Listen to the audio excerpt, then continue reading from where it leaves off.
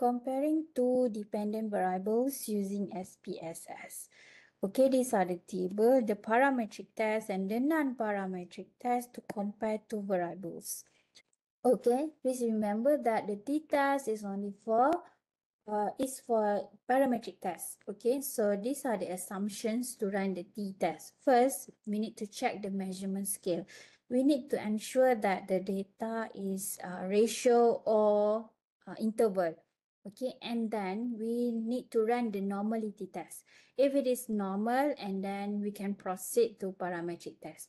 Then when we run the t-test, there will be the homogeneity of variance. So we need to make sure that it is homogeneous.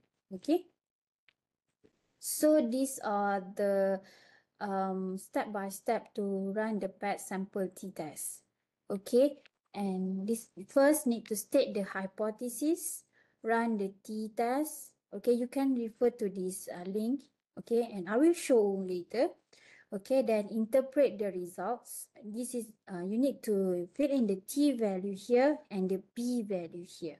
Okay, and then if there is a significant difference, we should interpret the effect size. Okay, based on the, the result from the point estimate. Okay, this is based on Cohen. Okay, so if it is less than 0.2, it means that it's very small. If greater than 0.8, then it's large. Okay.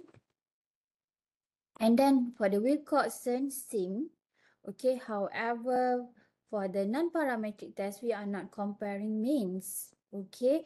And then, of course, first we need to state the hypothesis followed with the statistical test, and then we need to interpret the result. And then if there is a significant difference, we need to interpret the effect size. But for this part, we should calculate ourselves the effect size and compare with this indicator. Okay, so that's all the best.